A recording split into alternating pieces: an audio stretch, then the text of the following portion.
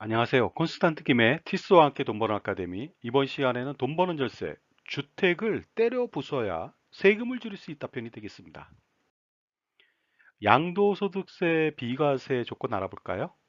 1세대 1주택인 경우 양도시 비과세 요건을 충족했다면은 그 양도 차익에 대해서 비과세를 할 수가 있습니다. 예를 들어서 뭐 주택 가격이 매도 가격이 9억 원 이하라든가 아니면 2년 이상 보유 또는 거주했을 때 이런 조건을 충족한다면은 양도소득세는 비과세가 될 것으로 판단됩니다. 그러나 양도소득세를 중과하는 경우도 있겠죠. 중과되는 세율이요. 기본 세율이 49.5%입니다. 지방소득세 10%까지 합쳐서. 그런데 1세대 3주택인 경우에는요. 거기에 플러스 30%를 붙입니다. 따라서 최고 82.5%라고 하는 무지막지한 세금을 두들겨 맞다 보니까 당연히 양도세 절세 전략이 필요하겠죠. 주택이 두 채인 경우에도 마찬가지로 양도소득세 중과 규정에 의해서 기본세율 플러스 20%라고 하는 엄청난 중과를 먹게 됩니다. 따라서 효과적인 대책이 필요할 것 같습니다. 만약에 주택이 두 채 있는데 그 전부 다 양도할 계획이 있다. 이랬을 때 양도세 절세 방안은 어떻게 될까요? 알아보도록 하겠습니다. 첫 번째는요, 기본적으로 양도 차익이 적은 것부터 양도해야지 양도세를 줄일 수가 있습니다. 왜냐하면요, 첫 번째 양도하는 것은 당연히 양도세 중과를 먹겠죠. 그러다 보니까 양도 차익이 작다면 어떻습니까? 양도세도 과세되는 그 부분이 적을 것입니다. 그리고 나서 1세대 1주택만 남았을 때 양도 차익이 많은 주택을 양도한다면 당연히 비과세 혜택을 볼 수가 있다는 뜻이 되겠습니다. 자, 이번에는 두 번째 방법입니다. 두 번째 방법은 무엇이냐면요. 주택 두 채가 다 양도 차익이 많습니다. 10억, 15억 됩니다. 그래서 어떤 것을 팔더라도 양도세 중과를 피할 수는 없고 양도세를 엄청 물어야 됩니다. 이럴 경우에 효과적인 방법이 없을까요?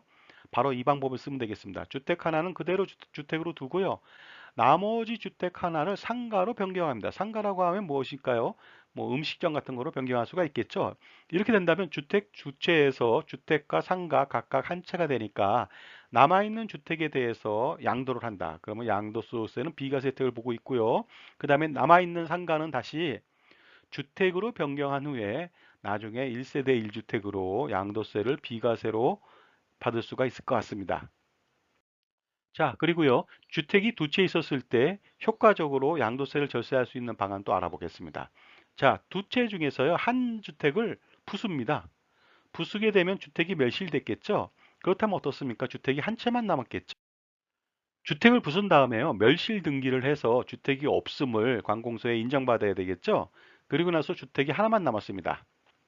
그리고 나머지 주택은 사라지고 토지만 남았겠죠? 1세대 1주택이니까 주택 하나를 양도했다. 그러면 양도소득세 비과세 혜택을 볼 수가 있고요. 주택이 없어진 나대지에 주택을 다시 신축한 후에 그 양도를 하게 된다면 1세대 1주택으로 비과세 혜택을 볼 수가 있습니다. 그리고 마지막으로요.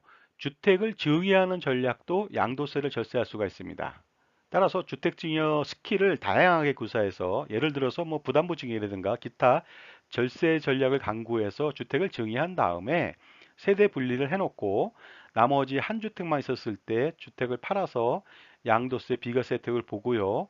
주택을 수중한 사람, 받은 사람은 나중에 증여 이후 5년 이후에 양도를 하게 된다면 효과적으로 양도세를 절세할 수가 있을 것 같습니다. 자, 지금까지 주택을 때려 부숴야만 세금을 줄일 수 있는 이유에 대해서 말씀 나눴습니다. 감사합니다.